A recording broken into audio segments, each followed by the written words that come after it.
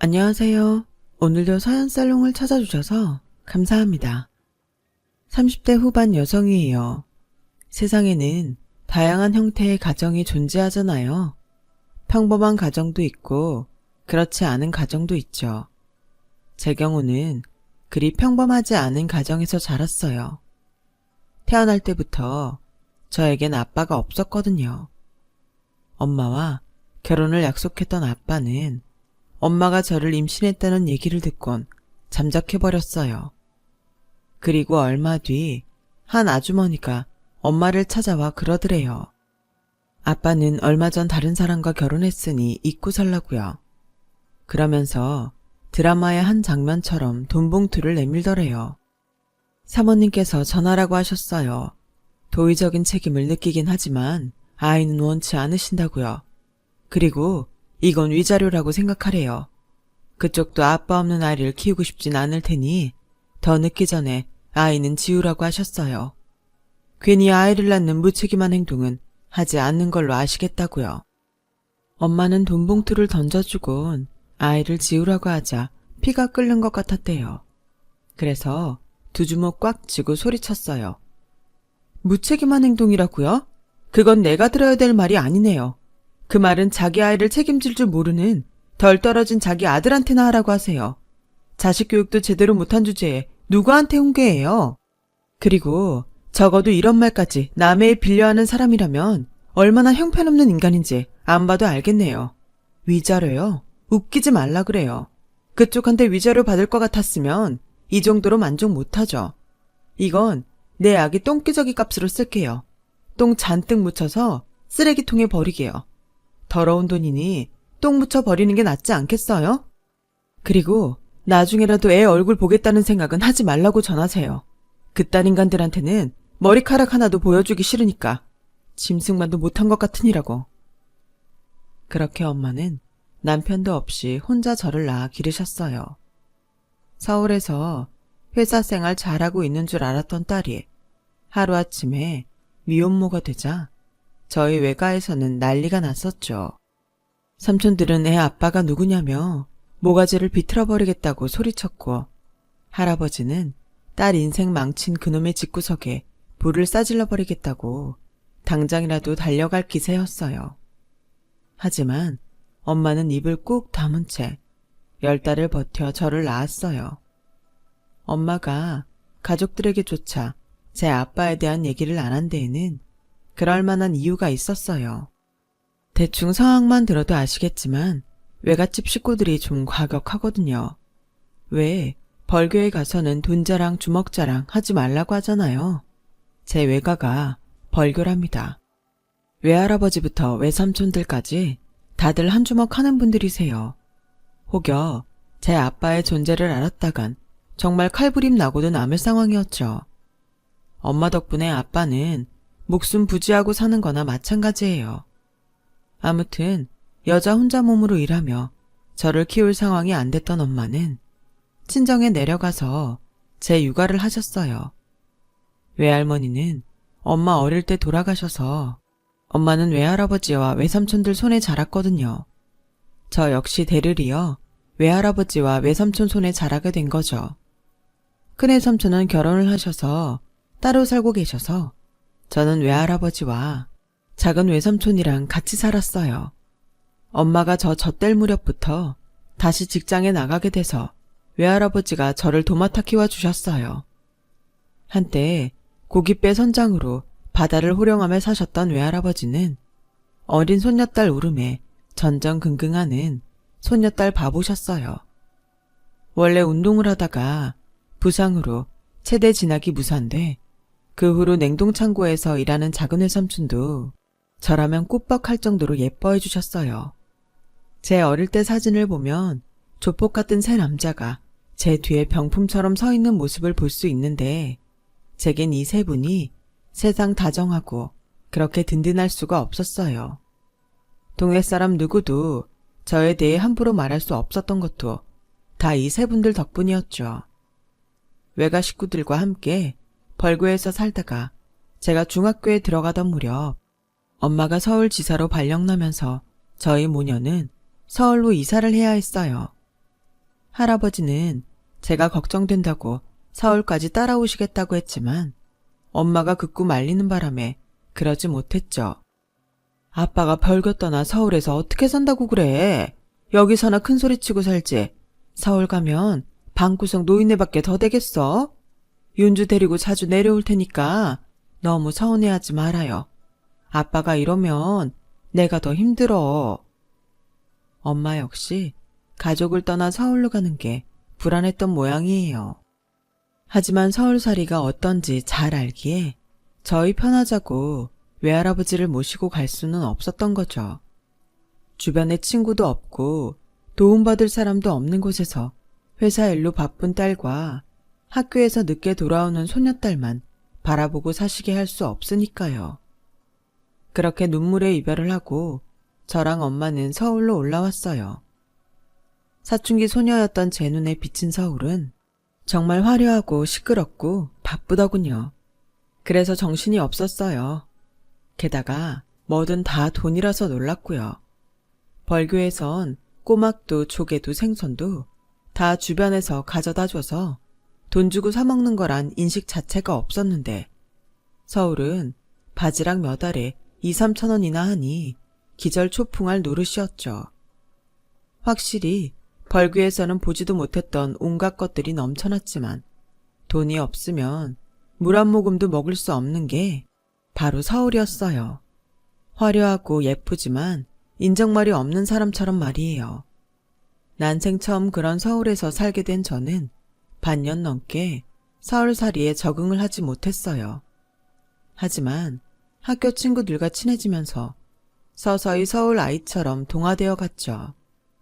그해 가을 추석을 맞아 벌교 외가를 찾았을 때 외할아버지와 외삼촌들이 저를 보고 서울 사람 다 됐다고 했을 정도로 말이에요. 그런데 사람이 참 간사한 게 서울로 이사 간 지 얼마나 됐다고 그새 벌교가 불편하게 느껴지더라고요. 서울에선 집 근처에서 쉽게 볼 수 있었던 편의점조차 당시만 해도 벌교에선 쉽게 찾을 수 없었거든요. 그렇게 벌교에서 보낸 어린 시절은 추억의 사진첩 속에 들어갔어요. 시간은 흘러 저는 대학생이 되었고 제가 대학을 졸업하고 취업을 하던 해 엄마는 회사를 그만두게 되셨어요. 50을 바라보는 여자가 직장 생활을 한다는 건 기적에 가까운 일이라며 늘 스스로를 자랑스럽게 생각했던 엄마였지만 회사의 압력에 더는 버틸 수가 없었던 거죠. 엄마의 퇴사 소식을 들은 작은 외삼촌은 이참에 벌교로 내려와 냉동창고 일을 도와달라고 했어요. 10년 전 그동안 일해온 냉동창고를 인수했던 외삼촌은 현재 냉동창고 사업 외에 온라인 유통사업까지 확장해 운영하고 계시거든요. 아무래도 큰돈이 오가는 일이다 보니 믿을 수 있는 사람한테 돈 관리를 맡기고 싶었던 모양이에요. 하지만 엄만 당신마저 서울을 떠나면 저 혼자 남게 되는 거라서 선뜻 고향으로 내려가겠다 확답을 못하고 계셨죠. 그래서 제가 등을 떠밀어 드렸어요. 할아버지 핑계를 대면서요. 엄마, 나는 내 힘으로도 충분히 살 수 있지만 외할아버지는 아니잖아. 연세도 많이 드셨는데 언제까지 외숙모들한테 외할아버지를 맡길 셈이야? 엄마 부모지 외숙모들 부모는 아니잖아. 안 그래? 그러니까 내 걱정하지 말고 벌교로 내려가. 가서 외삼촌 일도 돕고 친구들이랑 회포도 풀면서 사시라고요. 서울엔 엄마 친구도 없잖아. 누구 나 안 가고 싶어 그러니? 나 가면 너 혼자잖아. 이제 막 취직해서 한참 바쁠 텐데 나라도 없으면 네가 밥이라도 제대로 챙겨 먹고 다니겠어? 자식이 웬 수지. 너 정말 혼자 지낼 수 있겠어? 엄마는 끝까지 제 걱정을 하시다가 못 이기는 척 벌교로 내려가셨어요. 엄마랑 둘이 살 때는 몰랐는데 혼자 지내려니 25평 빌라가 그렇게 넓어 보일 수가 없더라고요. 특히 회사에서 돌아와 불 꺼진 집으로 들어올 땐 그 어둠과 적막 때문에 우울해지곤 했어요. 이런 제 고민을 들은 친구는 이참에 소개팅을 해보라고 하더군요. 그렇게 소개팅에서 만난 남자가 바로 지금의 제 남편이에요. 남편은 중학교 수학 선생으로 제 친구 남친의 대학 동기였어요. 인물도 좋고 성격이 워낙 활발해서 만장일치로 과대가 될 정도였다더군요. 그렇게 친구의 소개로 소개팅 자리에 나갔는데 친구의 말과는 달리 엄청 차분하고 조용한 사람이더라고요. 그래서 대타가 나온 건가 생각했죠. 제가 대학 시절 때랑은 성격이 많이 변해서 그런가 보네요. 저 절대 대타 아닙니다. 남편은 멋쩍어 하면서 자신이 소개팅 당사자 맞다며 신분증까지 보여줬어요. 사실 제가 군대에 있을 때 형 내외가 교통사고로 세상을 떠나셨거든요. 이전까지는 형만 믿고 나 하고 싶은 거 다 하고 살았는데 막상 형이 떠나고 나니 그럴 수 없겠더라고요. 하루아침에 장남을 잃은 아버지를 생각해서라도 그럴 수 없었거든요. 그때 알았어요. 장남의 무게가 어떤 건지를요. 아마 그래서 성격이 변한 게 아닌가 생각해요. 처음 만난 사람 앞에서 꾸밈 없이 자신의 아픈 사정을 털어놓는 남편을 보면서 왠지 믿음이 가더라고요. 감추자고 들면 충분히 감출 수 있는 상황이었으니까요. 그날 첫인상이 마음에 들어서 그런가 처음부터 남편한테 호감이 갔어요. 그리고 그건 남편도 마찬가지였죠. 소개팅을 마치고 헤어지려는데 남편이 주말에 혹시 시간 되냐고 묻더라고요. 같이 영화를 보러 가자고요. 그렇게 영화를 시작으로 우리는 종종 만나면서 데이트를 즐기며 일종의 썸을 타기 시작했어요. 그리고 시간이 흐르면서 자연스럽게 연인관계로 발전되었고요. 정작 저희 둘을 연결해준 제 친구는 남친과 이별을 했는데 말이죠. 몇 년 뒤 우리가 결혼을 한다고 하자 친구는 깜짝 놀라며 그러더군요. 세상에, 짝은 따로 있다더니 그 말이 딱이네.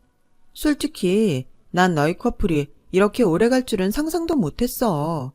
그저 너 혼자 지내는 게 안쓰러워서 말벗이라도 하라고 소개시켜준 거니까. 근데 정작 나는 헤어지고 너는 결혼을 한다니 기분이 묘하다 얘.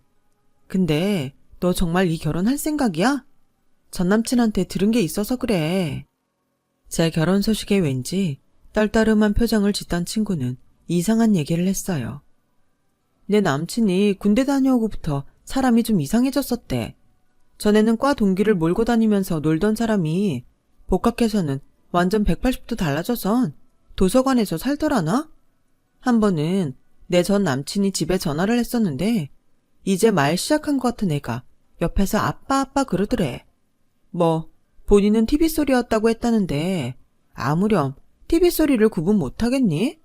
암튼 네가 결혼한다니까 괜한 것도 다 걱정이 된다야. 결혼하기 전에 꼭 알아봐. 알았지?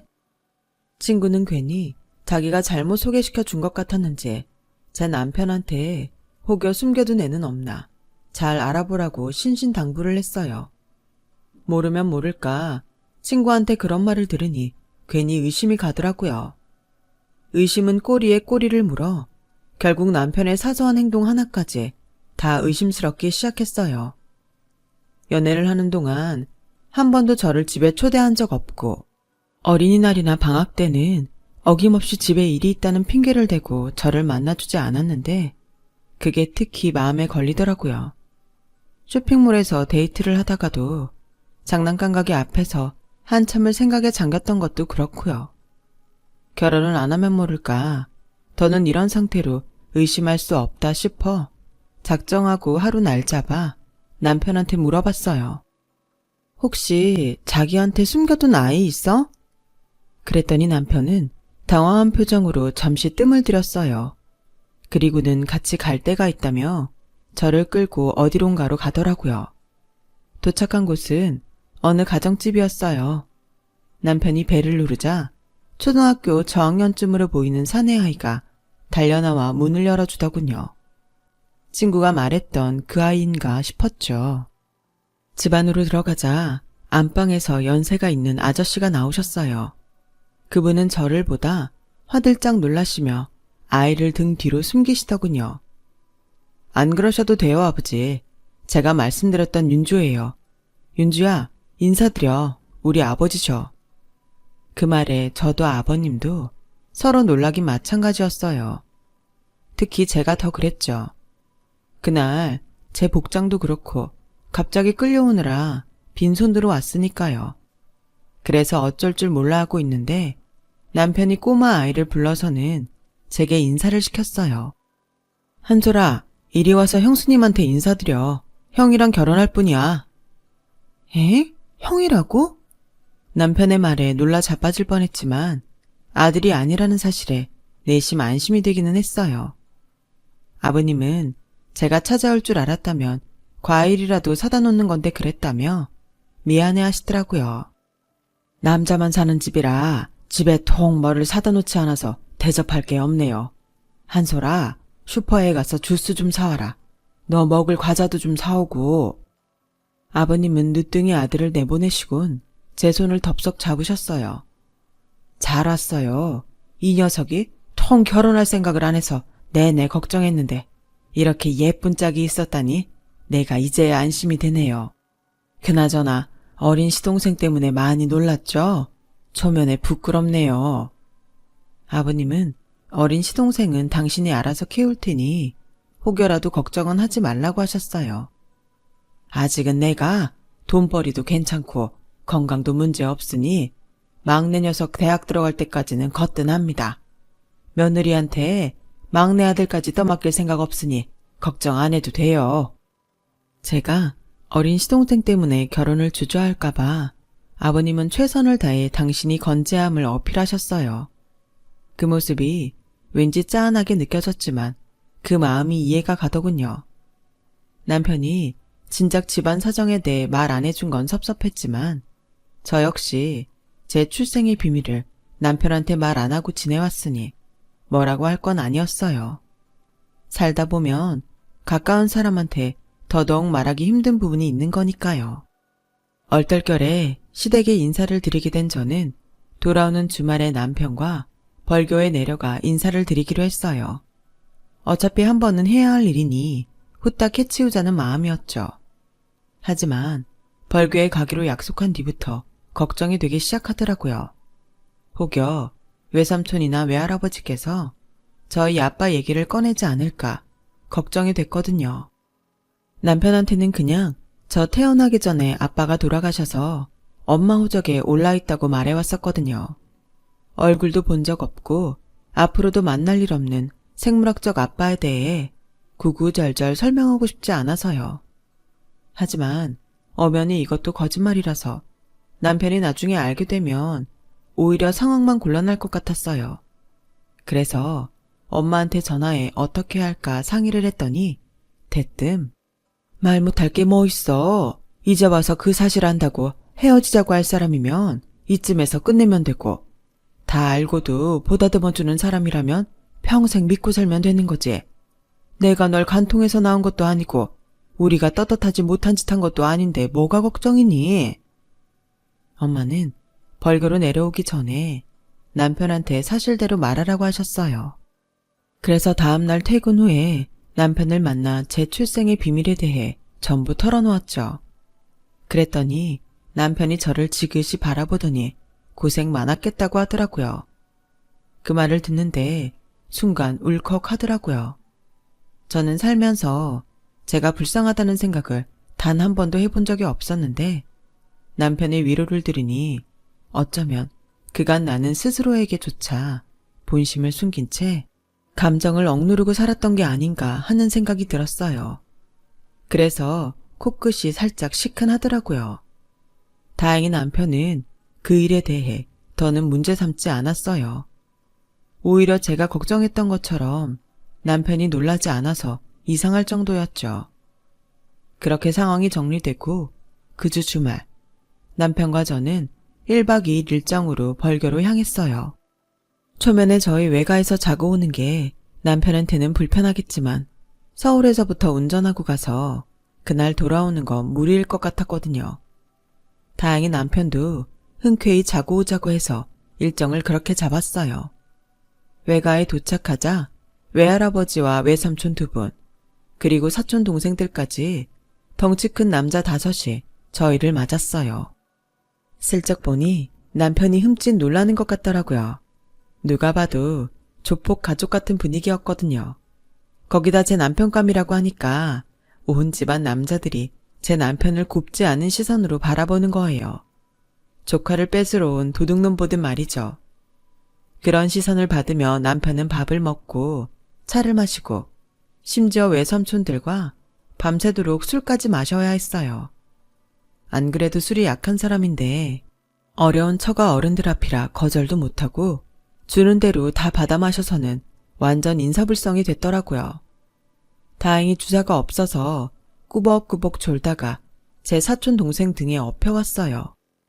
다음날 작은 외삼촌은 아침 일찍 싱싱한 꼬막을 잔뜩 가져오셨어요.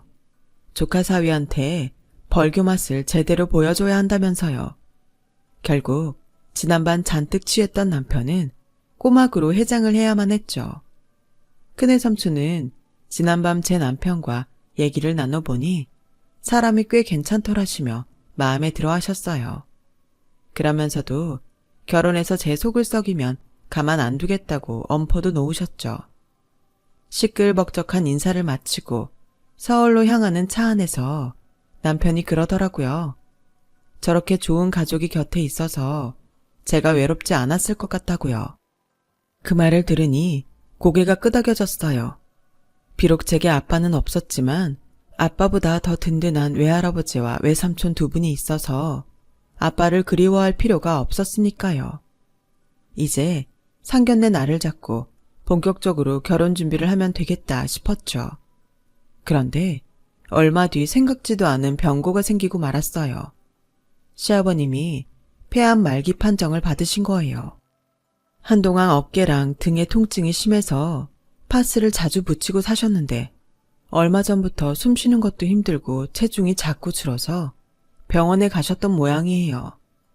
10년 전쯤에 담배도 끊으셔서 폐 걱정을 안 하셨었는데 폐암 말기 진단을 받으신 거죠. 남편 겨울방학에 맞춰 올겨울에 식을 올리려고 상견례 날도 천천히 잡을 생각이었던 우리는 아버님 성화에 급히 날을 잡게 되었어요. 사정을 들은 엄마랑 외할아버지도 저희 시댁 편한 대로 하라고 하셨고요. 그래서 아버님 건강 때문에 부득이 서울에서 상견례를 하게 되었어요. 아버님은 당신 때문에 이렇게 됐으니 상견례 비용은 시댁에서 내겠다고 하시더라고요. 다른 것도 아니고 아버님 건강 때문에 그런 건데 나몰라라 할 수는 없어서 남편한테 반반 부담하자고 했더니 그냥 아버님 뜻에 따르자고 하더군요. 그렇게 해서 상견례가 시작됐는데 아버님이 평소와 다르게 잔뜩 힘이 든 목소리로 그러시는 거예요. 제가 아무래도 올해를 넘기기 힘들 것 같습니다. 그래서 말씀인데 결혼식은 올 여름에 하는 게 어떻겠습니까? 한여름 무더위에 식을 올리는 게 저도 탐탁지 않습니다만 아들 녀석이 교단에 묶인 몸이라 학생들한테 피해를 줄 수는 없어서 그럽니다. 직업상 그런 거니까 어쩔 수 없지 않겠냐며 다들 수긍하는 분위기였어요. 그런데 이후 아버님 말씀에 저희 외할아버지와 외삼촌들 얼굴이 잔뜩 붉어졌지 뭐예요. 이런 자리에서 할 말은 아니지만 사실 제가 30억 정도 되는 땅을 가지고 있습니다. 이 땅은 제 막둥이 아들놈한테 주려고 가지고 있었습니다만 제가 갑자기 큰 병을 얻고 나니 생각이 좀 달라지더군요. 윤주한테 들어서 아시겠지만 저한텐 11살 된 어린 아들 녀석이 있습니다. 마음 같아선 제가 저 녀석 성인이 될 때까지 내 손으로 키우고 싶지만 이렇게 될 줄 누가 알았겠습니까?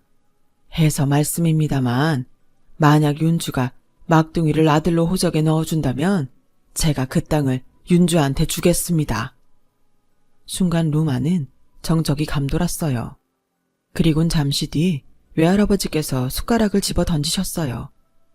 이거 시방 무슨 짓거리여? 시동생을 호적에 아들로 넣으라고야? 나가 살다 이런 개소리는 처음이여. 시방 제정신으로 하는 소리요? 그러자 아버님은 당당하게 그렇다고 대답하셨어요. 그러자 이번엔 작은 외삼촌이 자리를 박차고 일어나 의자를 발로 걷어차 버리셨어요. 그리고는 테이블을 주먹으로 쾅 내리치더니 제 남편 멱살을 쥐곤 죽일 듯이 노려보며 그랬죠. 니도 알고 있었냐 이 시벌루마. 얼른 말해야. 안 그럼 니 주둥이를 콱 쪼사불란께. 남편은 고개를 푹 숙인 채 고개를 끄덕였어요. 그러자 작은 외삼촌이 제 남편을 치려고 주먹을 쳐들었죠. 그러자 저희 엄마가 그 손을 막았어요. 막둥이, 그 손 순순히 내려놔야. 어른들 계신께 얼른. 맹수 같은 외삼촌은 저희 엄마 말에 남편 멱살을 쥔 손을 놓았어요. 그리곤 분하다는 듯 자리에 앉았죠. 다행히 어린 시동생이 상견례 자리에 안 나왔으니 그나마 다행이었어요. 엄마는 최대한 침착한 목소리로 저희 아버님께 말했어요. 저도 혼자 몸으로 자식을 키워온 입장이라 누구보다 사돈 마음을 이해합니다. 어린 자식 두고 큰 병에 걸렸으니 그 마음이 오죽하시겠습니까? 100번 이해하죠. 하지만 호적에 올리는 건 안 됩니다. 세상 천지에 누가 시동생을 아들로 키운답니까? 말도 안 되죠. 아들처럼 키워달라 하시면 그거야 그럴 수 있습니다. 그러니 방금 하신 그 말은 없었던 걸로 하시지요. 만약 끝까지 우기시면 저희 이 결혼 못합니다. 그날 아버님은 끝까지 고집을 꺾지 않으셨고 결국 저희 결혼은 없던 일로 되고 말았어요. 남편과도 그렇게 연락을 끊고 말았죠. 그리고 1년 뒤 저희 집으로 엽서가 한 장 날아왔지 뭐예요. 상주시 소인이 찍힌 엽서엔 빼곡한 글씨가 적혀 있었어요. 1년 전에 느린 우체통을 통해 보낸 엽서더라고요. 그런데 그 내용을 읽고는 말문이 막혔지 뭐예요. 그 엽서는 시동생이 보낸 거였고 아버님 임종이 가까워진 어느 날 마지막으로 떠난 가족여행에서 제게 써서 보낸 거였어요. 아버님과 남편이 끝까지 감추고 있었지만 시동생은 자신이 누구의 아들인지 알고 있었더라고요. 돌아가신 아주버님 아들이란걸요. 남편이 저랑 헤어지고 하루는 술에 잔뜩 취해 집에 왔는데 그때 아버님과 안방에서 한 얘기를 들었다나 봐요. 아주버님 내외가 교통사고를 당한 그날 아주버님은 현장에서 세상을 떠나셨고 만삭이던 형님은 가까스로 목숨은 건지셨는데 무리하게 출산을 하느라 결국 세상을 떠나고 말았죠. 아버님은 혼자 남은 손주를 자신의 아들로 호적에 올리신 거고요. 나중에라도 손주가 자신 때문에 엄마가 죽었다는 걸 알게 될까봐 제 남편한테조차도 비밀로 하고 혼자 꼭꼭 숨기셨던 거예요. 제게 주시겠다고 했던 땅은 아주버님 내외 앞으로 나온 사망보험금으로 산 땅이었던 거고요. 하지만 손주를 지키려던 자신의 욕심 때문에 작은 아들이 파혼당하고 술에 빠져 지내자 털어놓으신 거였죠. 엽서를 읽어 내려가던 저는 마지막 줄을 읽곤 오열하고 말았어요. 거기엔 이렇게 적혀 있었거든요. 자기가 태어나지 말았어야 했다고요. 그랬다면 할아버지도 삼촌도 저도 다 행복했을 거라고 말이죠. 그 어린 게 얼마나 가슴앓이를 했으면 그런 말을 했을까 생각하니 가슴이 찢어지는 것처럼 아팠어요. 그래서 남편한테 전화를 걸었죠. 연결음이 길어지도록 받지 않길래 끊으려는데 남편이 받더군요. 한참을 서로 말없이 전화기만 들고 있다가 제가 용기를 내 먼저 만나자고 했어요. 남편은 머뭇거리더니 저희 집 근처로 오겠다고 하더군요. 그날 우리 두 사람은 동네 놀이터 그네에 앉아 엽서를 보며 다 큰 어른임에도 꺽대며 부둥켜 안고 울었어요. 그리고 반년 뒤 겨울 우리는 드디어 결혼식을 올리게 되었어요. 시동생의 출생의 비밀을 들은 엄마와 외가 어른들의 허락을 받았거든요. 외할아버지께선 처음부터 솔직히 말을 해줬다면 이해 못할 일도 아니었는데 사돈이 괜한 짓을 했다시며 안타까워하셨어요. 그건 엄마도 마찬가지였죠. 그래서 시동생, 아니 조카를 남편 호적에 올리는 걸 찬성해 주셨어요. 그렇게 우린 1년 만에 가족이 되었죠. 아버님이 1년 전 세상을 떠나신 터라 따로 집을 구할 거 없이 시댁의 신혼살림을 차렸어요. 조카한테는 작은 아빠도 아빠고 작은 엄마도 엄마니까 앞으로는 작은이란 말 빼고 그냥 아빠, 엄마, 아들로 살자고 했어요. 그리고 앞으로는 절대로 태어나지 말았어야 했다는 말은 하지 말라고 했어요. 네 덕분에 엄마 아빠가 다시 만나 결혼할 수 있었는데 그런 말이 어딨냐고요. 그랬더니 알았다고 하더군요. 세상엔 우리가 알지 못하는 다양한 유형의 가정이 있어요. 혈연으로 뭉쳐진 가정도 있고 피 한 방울 섞이지 않은 가정도 있죠. 중요한 건 어떻게 만들어졌냐가 아니라 어떻게 살아가느냐가 아닐까요? 그래서 오늘도 저희 식구들은 최선을 다해서 소중한 가정을 지키려고 해요. 여러분도 많이 응원해 주세요. 지금까지 제 사연을 들어주셔서 감사합니다. 건강하시고 행복하세요. 여러분, 사연 댓글에 응원과 현명한 조언 부탁드려요. 좋아요와 구독은 저에게 큰 힘이 됩니다. 오늘도 좋은 일 가득하세요.